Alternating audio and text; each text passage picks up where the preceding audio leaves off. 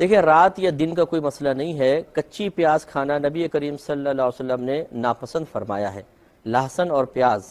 سرکار نے فرمایا کہ جو ان دونوں میں سے کسی چیز کو کھائے وہ ہماری مسجدوں کے قریب بھی نہ آئے، اس لیے کہ جس چیز سے انسان کو تکلیف پہنچتی ہے اس سے فرشتے بھی اذیت محسوس کرتے ہیں۔ یہ اس کی علت ہے کہ یہ پیاز میں چونکہ اگر کچی پیاز آپ کھائیں گے تو اسمیل ہو جاتی ہے، منہ میں بدبو پیدا ہوتی ہے، اور جب انسان قراءت وغیرہ کرتا ہے تو جو قراءت سے مانوس فرشتے ہوتے ہیں وہ قریب آتے ہیں، اور جس طرح ایک انسان سے آپ گفتگو کریں پیاز کھا کے تو آپ کے منہ کی مہک اس کے دماغ کو روشن کر دیتی ہے، اسی طریقے سے فرشتے بھی اذیت محسوس کریں گے بیچارے۔ اب بیچارے تو اس سینس میں عرض کر رہا ہوں کہ ان کو بھی اذیت ہوگی اور وہ آپ کو کچھ کہہ نہیں سکیں گے، آپ ان کی چیز کو ان کی اس اذیت کو محسوس نہیں کر سکیں گے، لیکن وہ تکلیف محسوس کر رہے ہوں گے، تو اس لیے منع کیا گیا کہ کچا پیاز اور کچے لہسن نہ کھایا جائے۔ بلکہ نبی کریم صلی اللہ علیہ وسلم تو پکا ہوا بھی تناول نہ فرماتے تھے، مناسب نہیں تصور فرماتے تھے اپنے لیے، اور فرماتے تھے بعض اوقات جس سے کسی نے سالن دیا اس میں لہسن یا پیاز ہوتا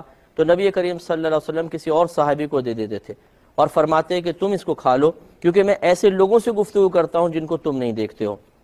یعنی فرشتوں سے آپ ہم کلامی کا شرف حاصل فرمایا کرتے تھے تو ان کو بلکہ شرف بخشتے تھے، تو اس لیے نبی کریم صلی اللہ علیہ وسلم تو اس لہسن اور پیاز کو پکانے کے باوجود بھی استعمال نہیں فرماتے تھے، لیکن آپ نے صحابہ کرام کو اس سے منع نہیں کیا، تو پکا ہوا ہم کھا سکتے ہیں کیونکہ اس سے بدبو زائل ہو جاتی ہے، کچے کے معاملے میں احتیاط کرنی چاہیے۔ دوسرا پوچھا یہ کچی پیاز کھانے سے نماز یا کسی عبادت میں کوئی حرج ہے؟